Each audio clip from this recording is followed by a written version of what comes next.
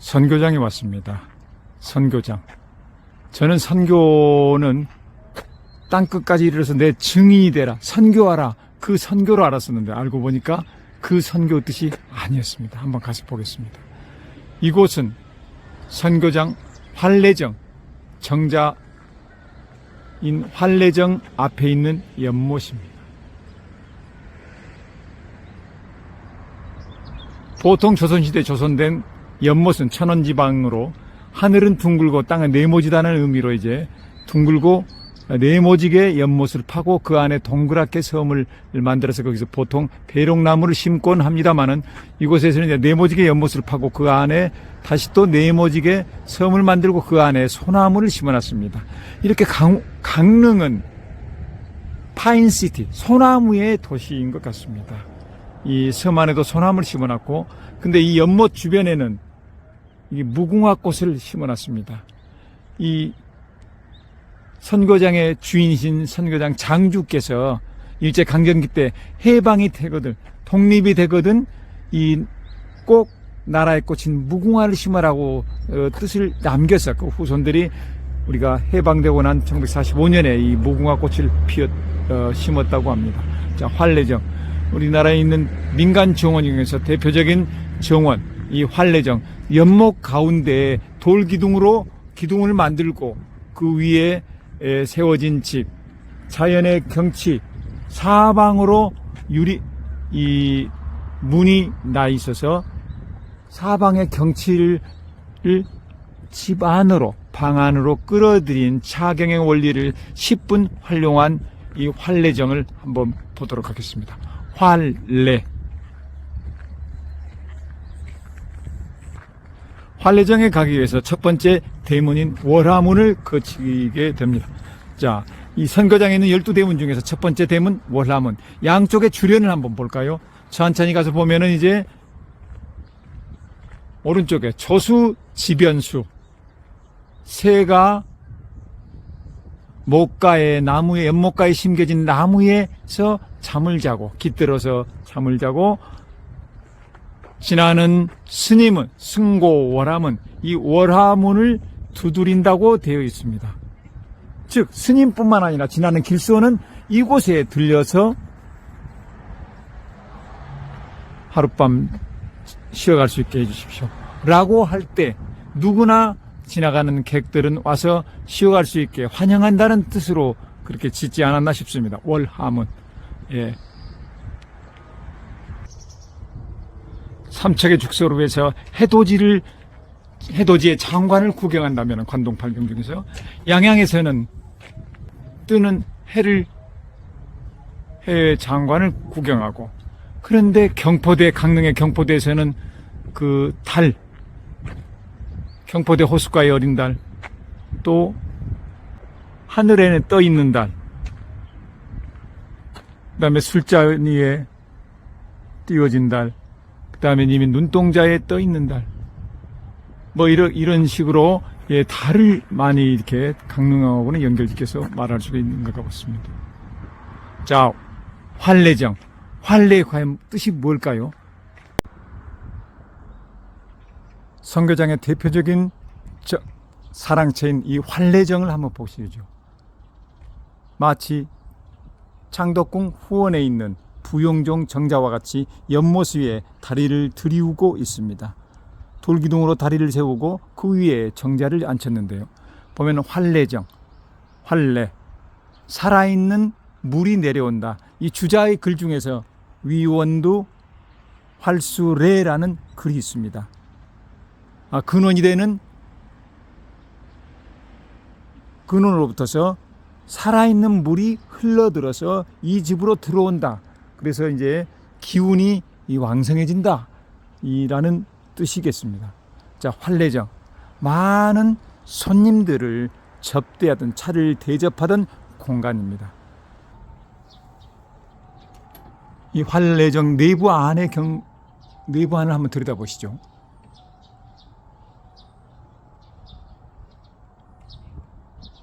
창문 너머에 연못이 있고 그 위에 다리가 있고 섬 위에 소나무가 있습니다. 여기서 밖에서 온 먼 길을 찾아온 손님에게 주인은 이렇게 찻자리를 베풀어서 차를 대접했습니다. 조선시대 때 정원을 만든 사람들은 자연과 더불어서 함께 누리면서 자연을 누릴 줄 알았던 것 같습니다. 밖의 경치를 이 창문 안으로, 창호지 문 안으로 들여서 문을 열면은 밖의 경치가 바로 들어오잖아요. 달밤에 달이 뜨면은 또 달을 볼 수도 있고, 이 안에서 정성을 다해서 차를 대접하면서 먼 데서 찾아온 손님과 이런 이야기, 저런 이야기하면서 세상 돌아가는 이야기며 인생 이야기며 많은 정담을 나눴을 것 같습니다. 이 선교장을 찾아오는 손님들은 주인의 따뜻한 환대에 뭐라고 그 고마움을 표시해야 되겠는데 어떻게 할 줄은 모르고, 그래서 많은 편액들이 또는 글씨를 남기거나 글을 남겨서 이렇게 그것을 또 이 선교장 주인께서는 편액으로 만들었습니다. 이 활례정 글씨가 꼭 그림처럼 멋있게 써 있네요. 자, 이곳을 보면은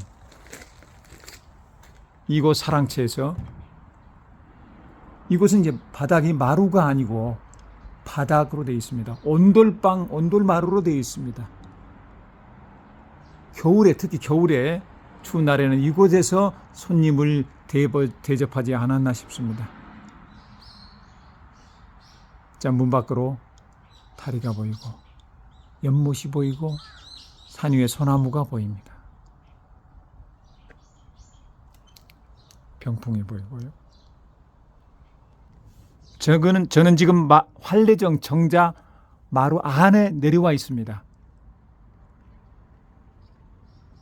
연못이 보이고요.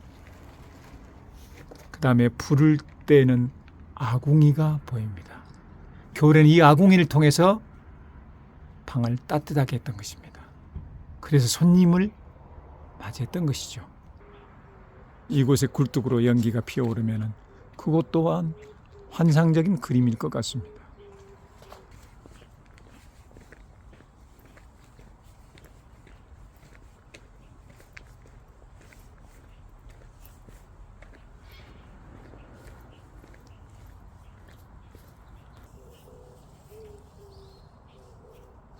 선교장은 조선조 효령대군의 11대손 무경 이 4번에 의해서 처음 지어졌다고 하는데, 이분들은 처음부터 이곳에 살았던 것이 아니라 경포대 근처에 저동에서 살았답니다. 그래서 이제 그분이 이제 어머니와 함께 이곳 주변을 거닐다가 쪽제비들이 이곳으로 때를 지어서 가는 것을 보고, 여기가 명당터가 아닐까라는 생각을 했답니다. 우리가 보통 아는 오솔길 있잖아요. 오솔길, 원래 사람들이 지나다니는 오솔길에 다니는 향수가 많잖아요. 오솔길도 원래는 오소리가 다니던 길이었습니다. 이런 동물들이 이 지형지물의 가장 좋은 길을 찾아서 가기 때문에 이 족제비들이 가는 길을 따라서 찾아온 이곳이 과연 명당터구나 라고 생각해서 이내번 선생께서는 이곳에 둥지를 들게 됩니다. 자, 선교정함으로 한번 들어가 보실까요? 자, 오른쪽에 우물이 있는 저기 평대문은 여성들이 다니던 문이었습니다. 이에 반해서 이 소술대문이 있는 곳은 남자분들이 출입하는 곳이었습니다. 양반가와 상민의 집을 구별할 수 있는 것이 바로 소술대문이 있느냐 없느냐로 구별할 수 있는데요. 이 소술대문은 솟아있는 문, 즉 당시에 이렇게 양반님네들은 가마를 타고 가거나 막 그렇기 때문에 이 문이 좀 높아야 되지 않았겠습니까? 그래서 이 문이 좀 높은 소술대문이 있습니다. 자, 선교장의 한자를 한번 보겠습니다. 한자 보면은 배선자에 다리교로 되어 있습니다. 이 배와 다리, 왜 뚱딴지 같이 이곳 건물 전체를 아울러서 배다리라고 했을까요? 배다리, 말이 안 되잖아요. 그런데 이 선교장 앞에 뜰은 지금 비록 이제 평지입니다만은 이곳은 이전에는 바로 경포 호수가 여기까지 이르렀다고 합니다. 그래서 이곳을 오기 위해서는 배를 타고 오거나 그랬기 때문에 배다리라고 했다는 것이죠. 자, 선교장에 보면은 이 현판에 소설 때문에 현판에 보면 선교 유거로 되어 있습니다. 신선이 머멈직한 그윽한 공간이라 곳이다라는 뜻이죠. 자, 보면은 이 장주님은 현재 이강용님으로 되어 있습니다. 이강용님. 이분은 또 학덕이 높아서인지 서울법대를 졸업하고 은행장을 했다고 하시네요. 대관령을 넘어 영동지방의 만석군이었던 이곳 선교장은 이 조선시대 한옥 건축구조물 99칸이나 되는 많은 이 한옥 구조물들이 거의 그대로 남아있는 아주 정말 대표적인 민간 건축 구조물이 되겠습니다. 먼저 안채로 들어가 보시겠습니다. 안채로 들어가기 전에 보면은 바로 이 작은 현문이 3개가 보입니다. 보시면은 천천히 보시면은 여기 먼저 문지방을 한번 보실까요? 문지방은 약간 이 땅 집안으로부터 약간 떠 있는데, 그리고 또 모양도 이 활처럼 약간 둥글게 되어 있습니다. 이거 보면은 여기서 하나의 이제 건축자의 지혜를 엿볼 수가 있는데, 대문을 닫았을 해가지어서 대문을 닫았을 경우에 개나 고양이 등 짐승들은 자유롭게 출입할 수도 있게 하고, 또한 땅바닥에 완전히 닿으면은 비에 젖어서 이것이 썩을 수가 있는데 공간을 띄워서 이게 썩지 아니하게 하고, 또한 이제 이것을 일자로 직선으로 하게 되면은 이 모양이 좀 거부감을 줄 수도 있는데, 이렇게 약간 달 모양처럼 둥근 달 모양처럼 둥그렇게 해서 이게 곡선 의미를 통해서 부드러운 이미지를 주죠. 또한 이제 우리가 보면 이제 한옥 건축의 미학이랄 수 있는 것이 지붕 처마에 약간 둥그렇게, 또한 여인의 벗은 코처럼 약간 둥그러운, 또 여인의 저고리에 이 베레처럼 이렇게 둥그런 그런 형상이 있는데, 이런 것을 차용해서 그런지 이렇게 문도 지방을 이렇게 둥그렇게 해놨습니다. 이게 이제 이 집안에 여인들이 거처하는 안채로 한번 들어가 보겠습니다. 자, 이곳은 이제 동별땅입니다. 동별땅. 이 동별땅은 집안에 잔치가 있거나 손님을 맞이할 때 주로 사용됐다고 하는데요. 이 보면은 이제 현판에 오은고택으로 되어 있습니다. 이 집안의 후손인 오은 이후 선생께서 그 후손이 이 집을 지으면서 오은고택이라고 현판을 지었다는데, 이 오은 이후 선생, 오은 선생께서는 이 자라오자 20은자로 호를 쓰셨는데, 예, 거사로 또 표현되어 있지 않습니까? 이게 현판에 보면은 거사. 세상에 벼슬을 하지 않고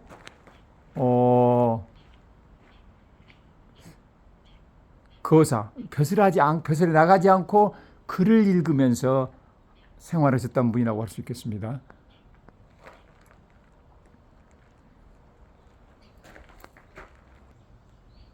동별땅의 오른쪽으로 보면은 이게 사당이 있습니다. 사당. 조선시대 때 선비들이 해야 할 가장 큰 미션 중에 2가지라면, 첫 번째로는 봉제사요. 2번째로는 접빈객이었습니다. 봉제사. 조상을 모시는, 제사를 지내는 봉제사. 이 조상의 위패를 모신 것이 바로 사당입니다. 사당. 조상이 길이 되면 위패를 모셔와서 제사를 지낸 것이죠. 조상을 모시는 것이죠. 그 다음에 접빈객. 손님을 따뜻하게 맞이하는 것이었습니다. 그래서 사랑채가 있는데, 안채에서는 부녀자들이 사시고, 그 다음에 사랑채에서는 밖에서 온 손님들이, 바깥 주인이 살면서 찾아오는 손님들을 맞이했던 곳입니다. 바로 활례정이 바로 그런 대표적인 공간이라고 할 수 있겠습니다. 이곳은 안살림을 맡은 안주인이 거처하는 안채주옥입니다. 안채주옥, 예. 이게 1703년, 지금부터 한 300여 년 전에 선교장 중에서 가장 먼저 지어졌다고 하는 건물입니다.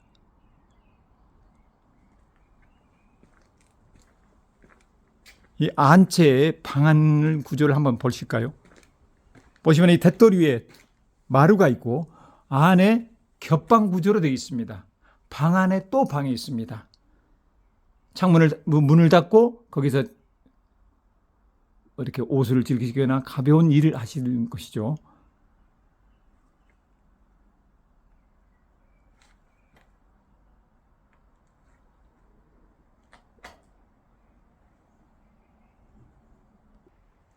이곳은 안채에 딸린 부엌입니다.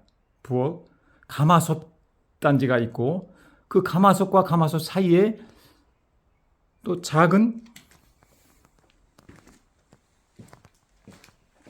항아리가 묻어져 있습니다. 이곳에다 물을 만약에 보관했다면 이 물의 온도를 겨울에는 약간 더 따뜻하게, 여름에는 좀 더 시원하게 하지 않았을까 싶습니다.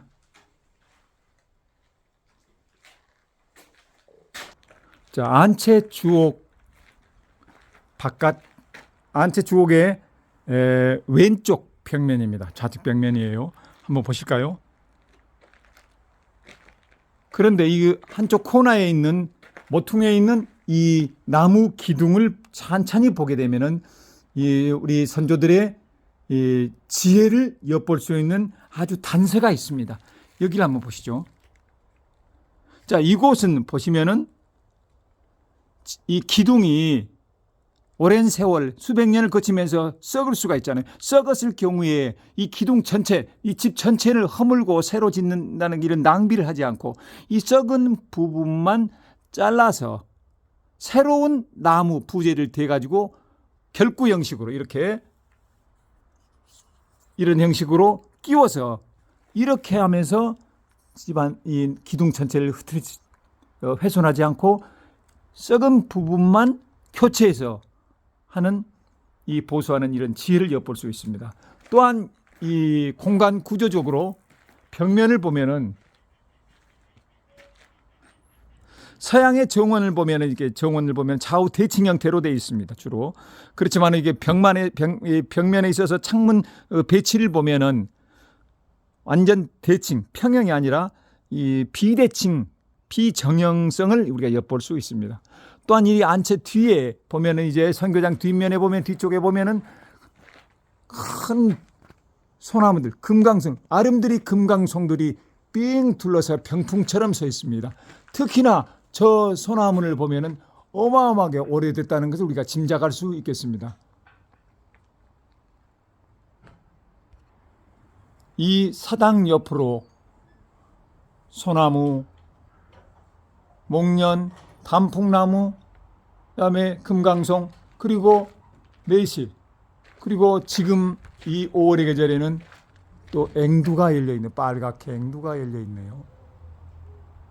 보이시죠?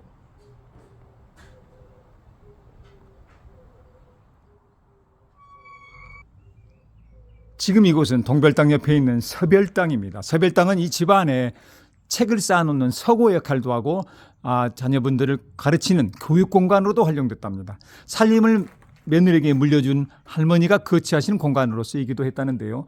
이 옆에 있는 그 연지당이라는 곳은 이 집안의 살림을 돕는 여인네들이랄지 안 그러면 시집간 딸들이 왔을 때 기거하는 공간이었다고 합니다. 이곳 서별당 앞에 있는 이 마당은 밭재 마당이라는 별칭도 있는데 왜 그러냐 밭재라 그러냐면은 이 집은 이제 안동의 만석군 대부호로서 이 소여온 땅만 해도 어마어마하잖아요. 그래서 많은 곡식 소출들이 많이 있을 텐데 이곳에 곡식을 쌓아놓는 받아들이는 곡물과 금전을 받아들이는 곳이어서 밭재 마당이라고 한답니다. 자, 뒤에 있는 소나무 너무너무 좋습니다. 지금 서별당 안에는 돛돌 위에 신발이 가지런히 놓아 있는 곳으로 봐서 지금 이곳에서 한옥 스테이를 하는 손님들이 있는 것 같습니다. 자, 이곳은 이 선교장의 첫 번째가는 사랑채인 열화당이 있는 공간입니다. 열화당 앞에는 23칸이 되는 어마어마한 행랑채가 있습니다. 이렇게 많은 행랑채가 있는 이유가 과연 뭘까요?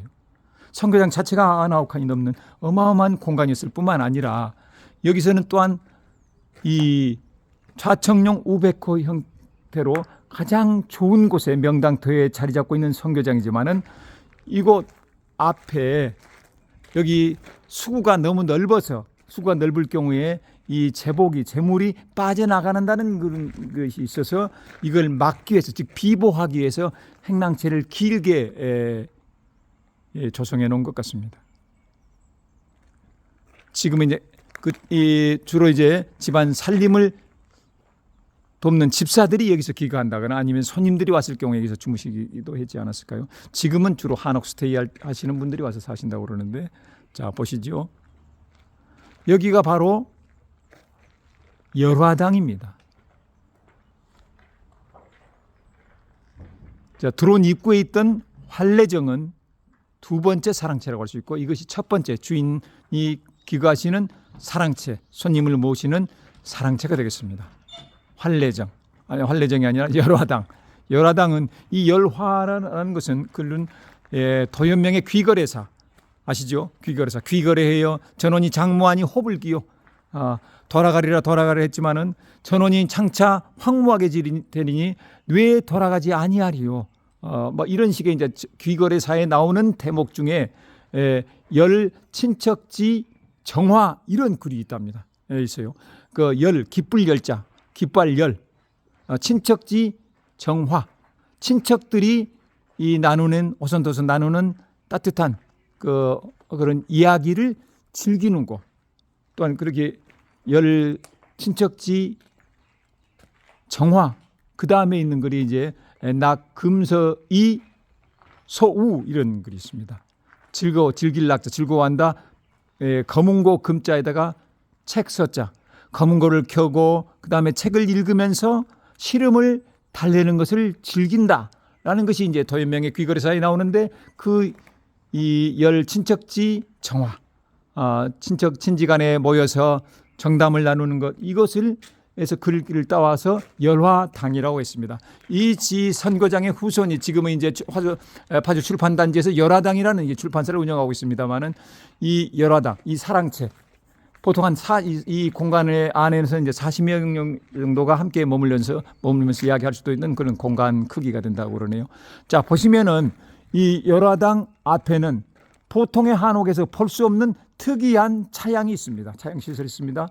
자, 이 녹색 구리판 같은 것으로 이게 지붕이 덮여져 있는데, 이것은 아간 파천 이후에 러시아 공사관이 이 선교장을 방문했을 때 장주께서 극진히 대접한 것을 고마워해서 러시아 공사관에서 이제 여기서 이렇게 러시아에서 가져온 재료로 만들어서 선물로 했다고 합니다. 제주도에도 이제 지금 현재 차양이 시설이 있습니다만은, 이 햇빛과 비를 가리는 이 차양 시설, 동양의 전형적인 한옥 구조의 서양이 차양 시설이 함께 있습니다.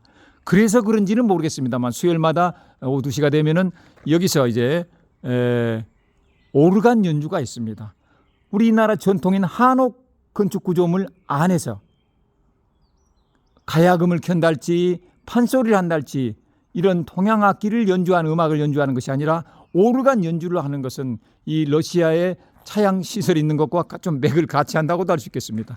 여기 보시면 마당 한복판 아니지만은 한쪽 편에 이렇게 능소화가 피어 있습니다. 능소화가 있는데, 이 능소화는 이 보통 이제 마당 한옥 안에서는 이 네모지게 이 마당이 돼 있는데, 여기에는 절대 나무를 심지 않았던 것이 지금까지 내려오는 풍습이었습니다. 왜 그러냐? 그러면 한자에서 곤알곤자라고 있는데, 네모지게 된 입구자 같은 큰 네모 안에 나무 목자가 있으면 곤경에 처한다는 곤알곤자가 됩니다.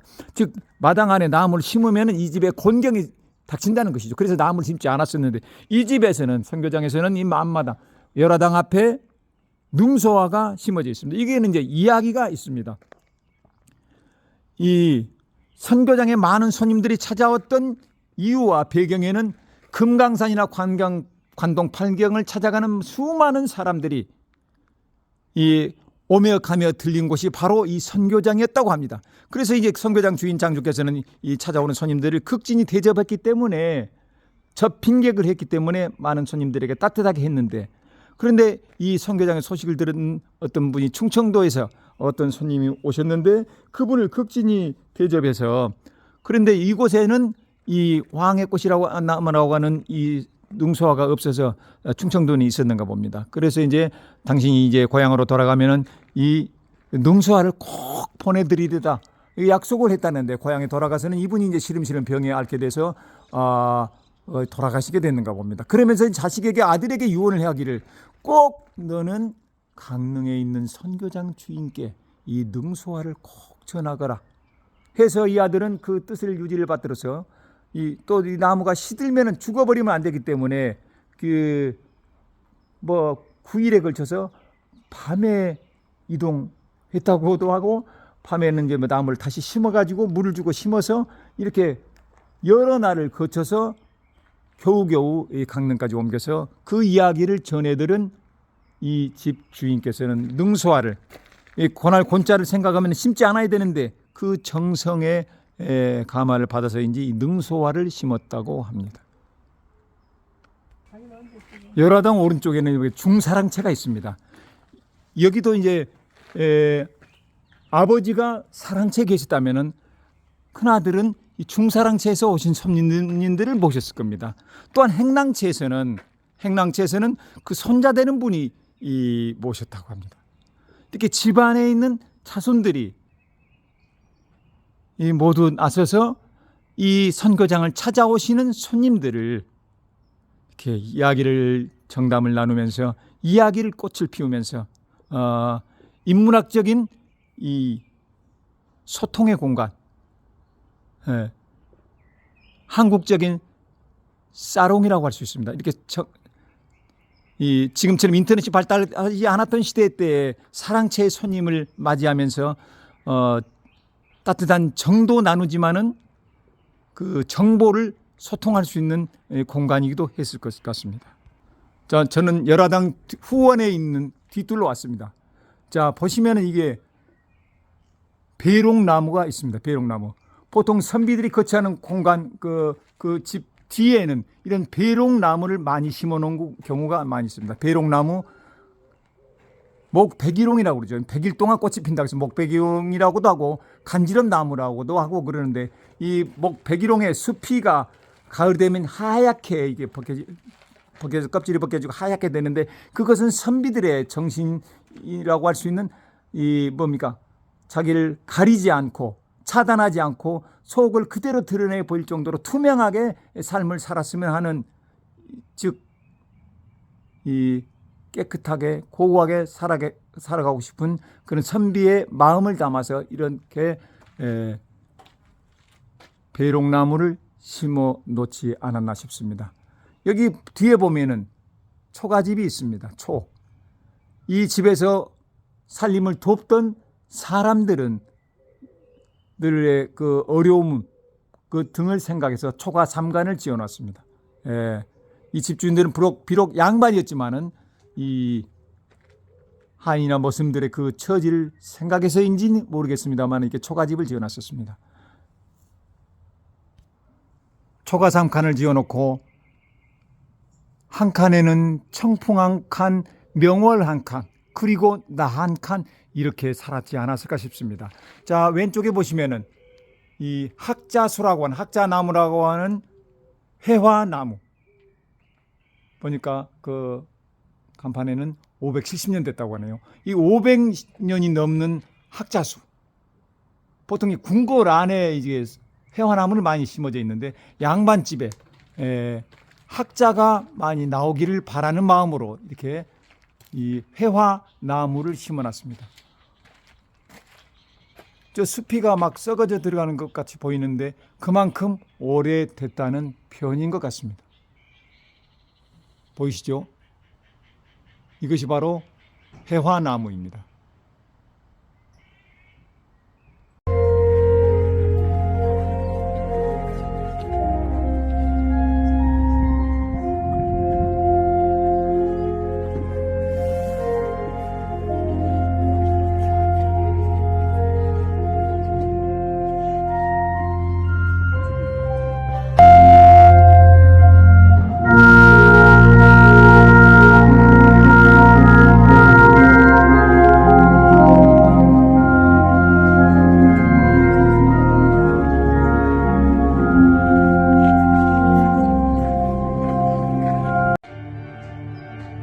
선교장의 큰 사랑체인 열화당에서는 지금 오르간 연주가 시작되고 있고, 열화당 뒤쪽에 있는 학자수인 회화나무, 570년이 넘은 회화나무와 선비들이 거치하는 공간에 그 뒤에 있는 배롱나무, 수백 년이 넘은 것 같습니다. 가을이 되면 배롱나무는 숲이 껍질이 벗겨져서 거의 하얗게 되는데, 그만큼 선비들이 뭘 가리지 않고 속을 투명하게 내보인다는 그런 것을 상징한다고 할 수 있습니다. 저는 지금 열화당 뒤쪽에서 강릉 시내를 내려다보고 있습니다.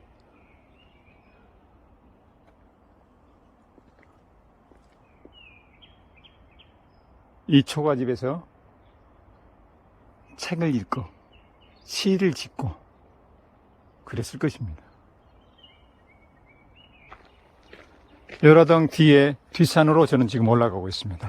이 울창한 송림, 이 소나무의 도시 강릉, 소나무가 정말 많습니다. 어마어마하게 오래된 이 소나무,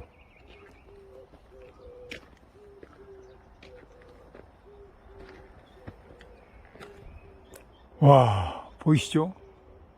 소나무. 이 소나무는 520년 됐다고 써 있습니다. 520년. 숲을 한번 보시죠.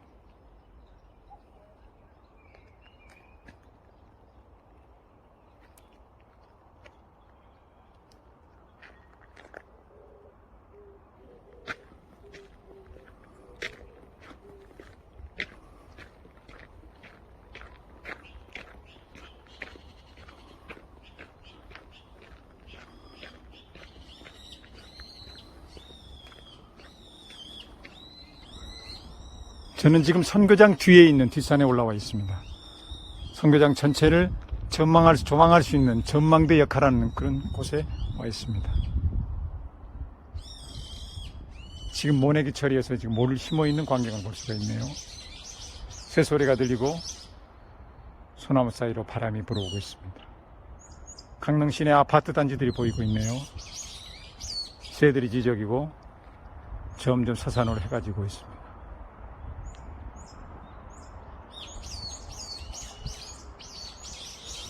(300여 년) 전에 지어진 우리나라 전통 한옥의 대표적인 공간, 강릉의 선교장에서 지금까지 서순복이었습니다. 감사합니다.